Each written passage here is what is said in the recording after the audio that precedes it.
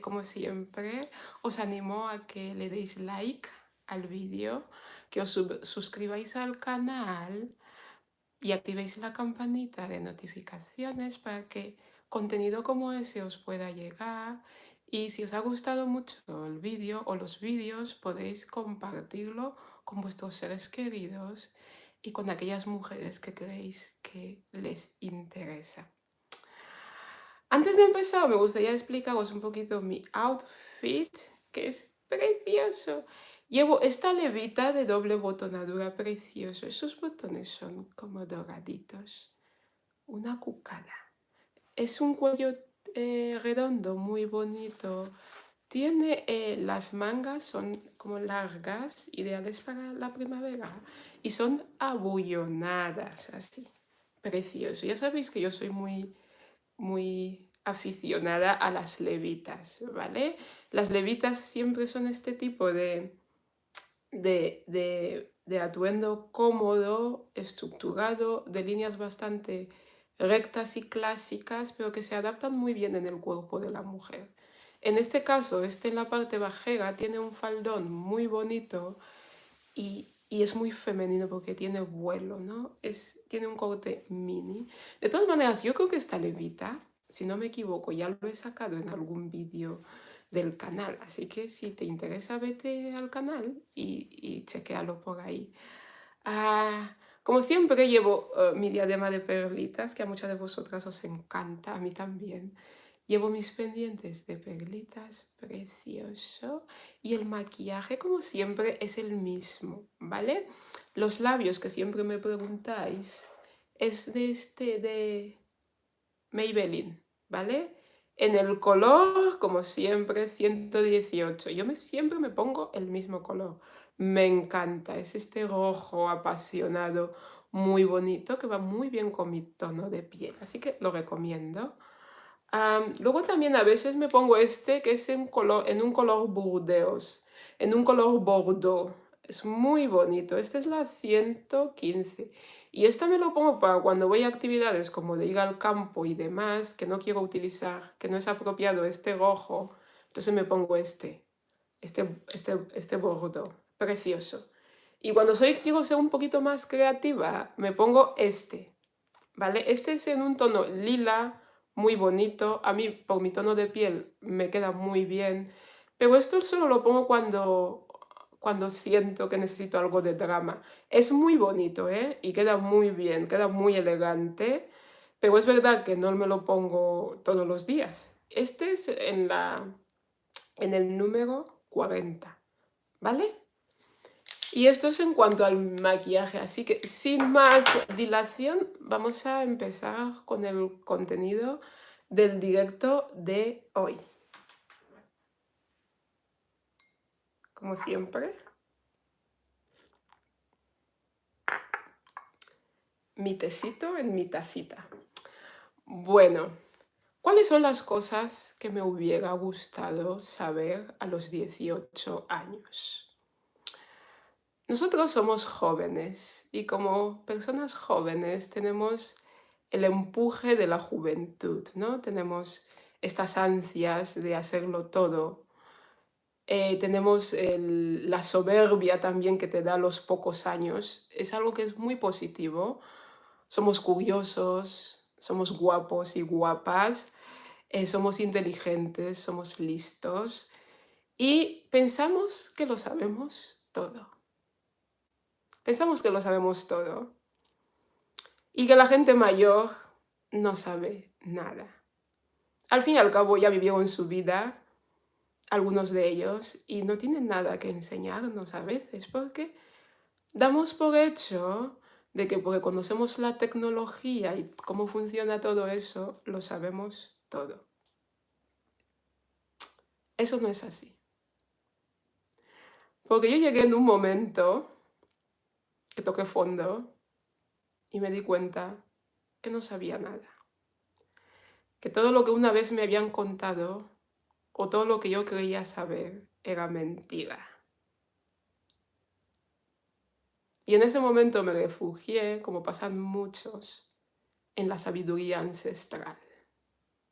en la sabiduría de los mayores. Esta sabiduría que de generación en generación con bastante cuidado y minuciosamente se ha transmitido a lo largo de toda la historia de la humanidad. La sabiduría de los mayores. ¿Y por qué digo eso? Digo eso porque, por ejemplo, nosotros tenemos la ventaja de la tecnología. Somos jóvenes y se nos da muy bien la tecnología. Y sabemos por la tecnología que una generación mejora a la otra. Eso es un hecho. Una generación mejora a la otra. ¿Qué quiere decir? Que un iPhone 14 y un iPhone 15, el iPhone 15 mejora al iPhone 14. Eso es un hecho, ¿vale? Y no tenemos conflicto acerca de eso. Las generaciones más jóvenes, en un mundo ideal, mejoran a las anteriores. Así es como funciona y así es como ha funcionado a lo largo de toda la historia. Pero vamos otra vez a la tecnología. ¿Qué es lo que hace el iPhone 15 que damos por hecho de que mejora el iPhone 14? Damos por hecho que el iPhone 15 mejora al iPhone 14 porque tiene incorporado todas las funcionalidades del iPhone 14 y una serie de mejoras. O sea, tiene incorporado todos los atributos positivos, todas las funcionalidades del iPhone 14, pero introduce una serie de mejoras. Por eso, el iPhone 15 supera al iPhone 14. Eso pasa exactamente cuando se trata de nosotros. Nuestra generación puede mejorar a la anterior siempre y cuando incorpore el conocimiento de las generaciones anteriores y introduzca una serie de mejoras. Esa sabiduría ancestral, ese conocimiento de los mayores, es la base sobre la que luego se asientan las futuras mejoras. Pero si no tienes base ninguna, va a ser un poco difícil que puedas introducir mejoras y en última instancia va a ser difícil que puedas superar a la generación anterior. Entonces, yo entiendo por qué la gente joven no tiene ninguna atracción en ir a los mayores y preguntar, porque muchos mayores no han adquirido sabiduría a lo largo de sus vidas. Porque la sabiduría era de transmisión oral, era de generación en generación. A veces también la tenemos en transmisión escrita, a través de los libros. Era la tatarabuela que se lo pasaba a la bisabuela a la abuela a la madre a la hija, en la cocina, en los quehaceres cotidianos.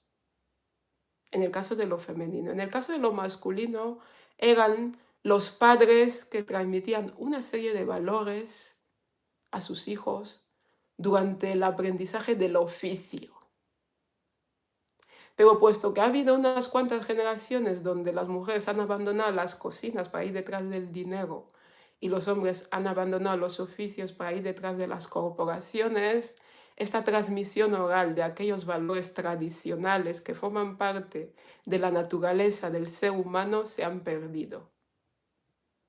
No hay ningún problema con el ir detrás del dinero, no hay ningún problema de ir a las corporaciones, no hay ningún problema de abandonar la cocina. El único inconveniente es que cuando hacemos estas cosas tenemos que asegurarnos que la sabiduría se transmite, buscar otras vías donde transmitir la sabiduría. Y me vais a decir, sabiduría ancestral, conocimiento de los mayores.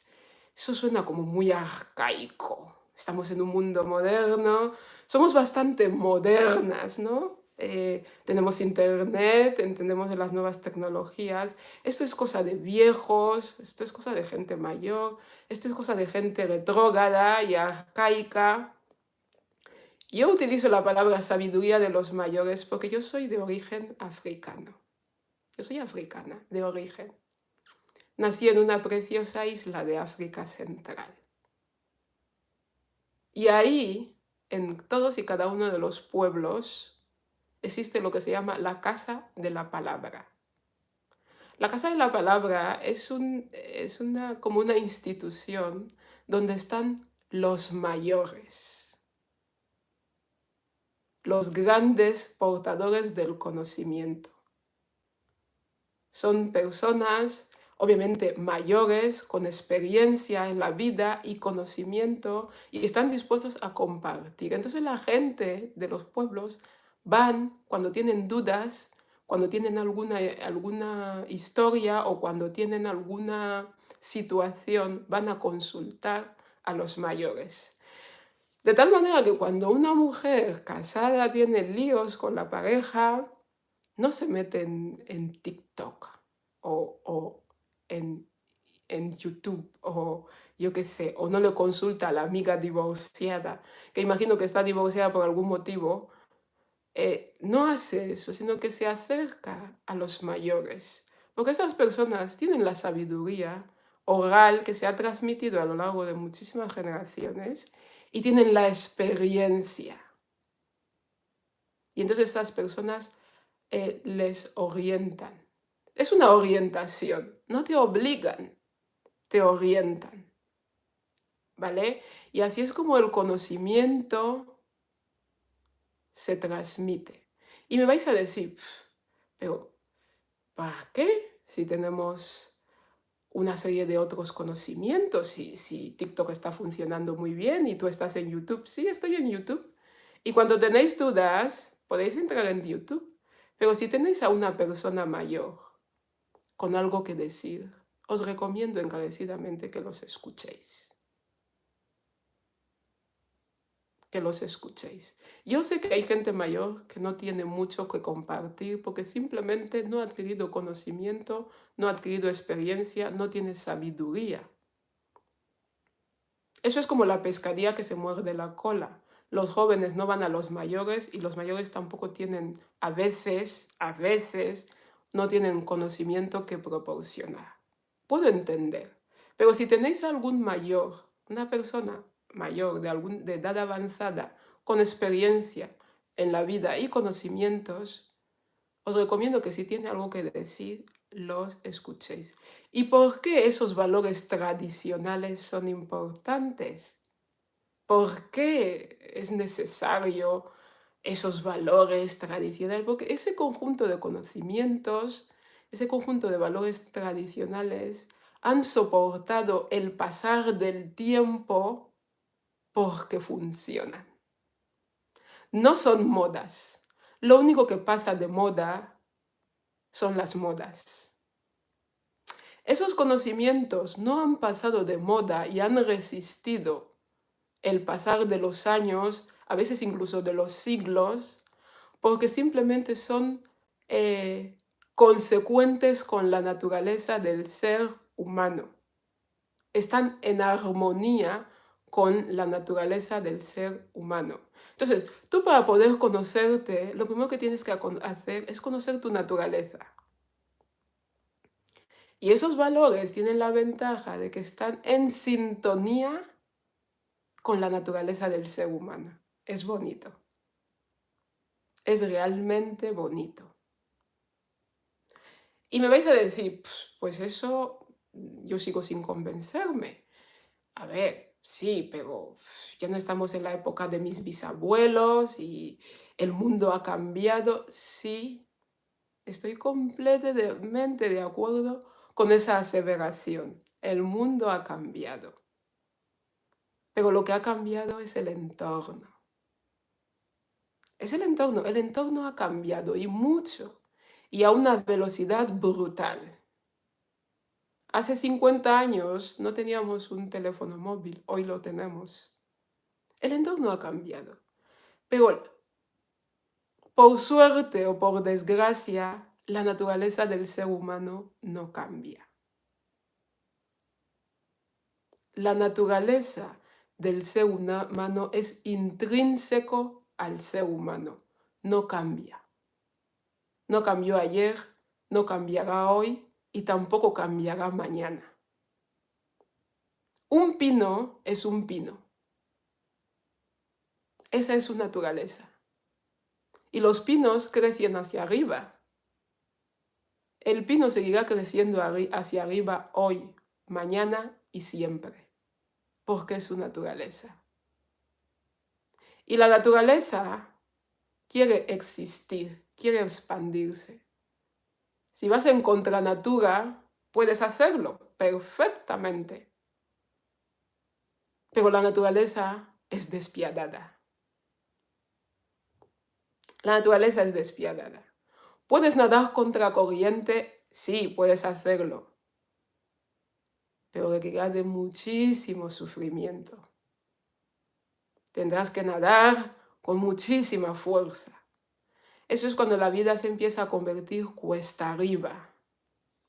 Cuando vas contra natura. Entonces, para mejorar tu autoestima, en lo primero que tienes que basarte es en conocerte a ti mismo o a ti misma. Y los valores tradicionales intrínsecos al ser humano te dan un mapa para conocer tu naturaleza. ¿Por qué haces lo que haces? ¿Por qué funcionas de una manera y de otra manera no? Eso te lo va a dar. Y me vas a decir, pues sigo sin convencerme. Bueno, no eres muy distinto a tu tatarabuelo a nivel genético y a nivel evolutivo. Las mismas emociones que hoy tienes son las mismas que experimentó tu tatarabuelo. Las mismas. Son las mismas emociones de siempre, desde el principio de los tiempos. Los arquetipos que tienes, o sea, los instintos emocionales básicos que tienes, son los mismos que tenía tu tatarabuelo. No ha cambiado mucho desde aquella vez. ¿Ha llovido mucho? Sí, pero no ha cambiado esos instintos.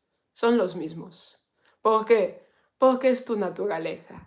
Entonces, una de las cosas en cuanto a la naturaleza del ser humano que me gustaría haber aprendido en edades tempranas, a los 18, es el enorme impacto que la primera infancia tiene en el desarrollo de la vida.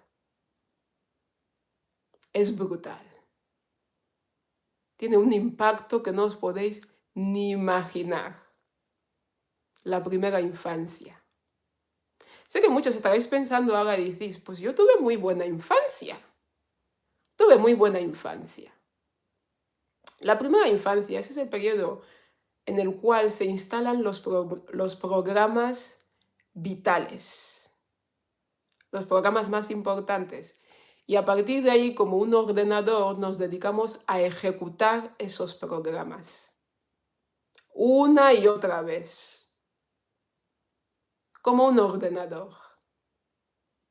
Entonces, en este periodo de instalación, que para algunos expertos es de 0 a 3 años y otros expertos dicen que es de 0 a 5 años, se instalan los programas principales de nuestras vidas. Y a partir de ahí, una vez instalados, nos dedicamos a ejecutarlos, salvo que lo actualicemos. Como un ordenador. Lo dramático de todo eso es que la mayoría de las personas no actualizan esos programas.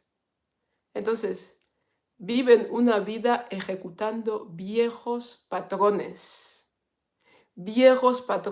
una y otra vez. A veces ni siquiera tienen resultados. ¿Por qué? Porque ya no son niños.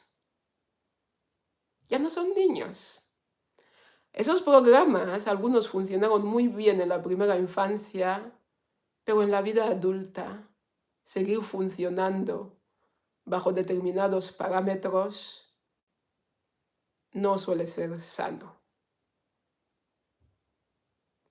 Entonces, ¿qué podemos hacer? Las personas que me decís que tuvisteis muy buena infancia, me alegro por vosotros. Yo también tuve muy buena infancia. Muy buena infancia. Lo pasé muy bien. Lo pasé muy bien.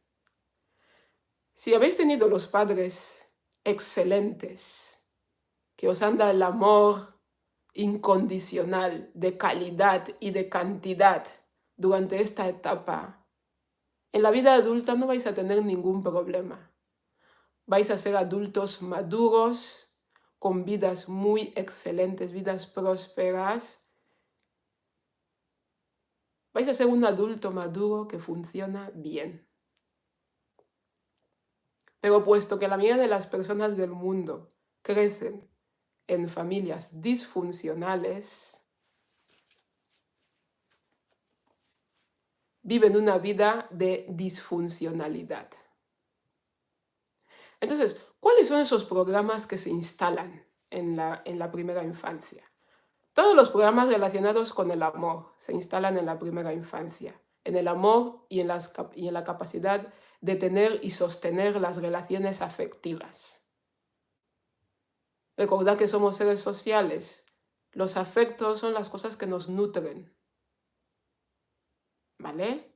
Eso se instala en la primera infancia. En la primera infancia también se instalan todos aquellos programas relacionados con la intimidad, con la sexualidad. Se instalan todos los programas relacionados con el dinero, la abundancia y la prosperidad. Se instalan una serie de programas relacionados con nuestras capacidades de ir más allá, de tener éxito en la vida. Se instalan todos los programas relacionados con nuestra feminidad y nuestra masculinidad. Se instalan muchos programas. Pero puesto que la mayoría de las personas crecen en entornos, en familias disfuncionalidades, lo que hacen es que en ese momento se les traumatizó y a lo largo de toda su vida se dedican a retraumatizarse una y otra vez. Y me vais a decir, bueno, es que yo cuando era pequeño a mí no me pasó nada, ningún trauma. El trauma, y algunos psicólogos que estáis aquí me lo podéis corroborar y dejármelo en la cajita de comentarios, no tiene nada que ver con un acontecimiento dramático duro, sobre todo en la primera infancia.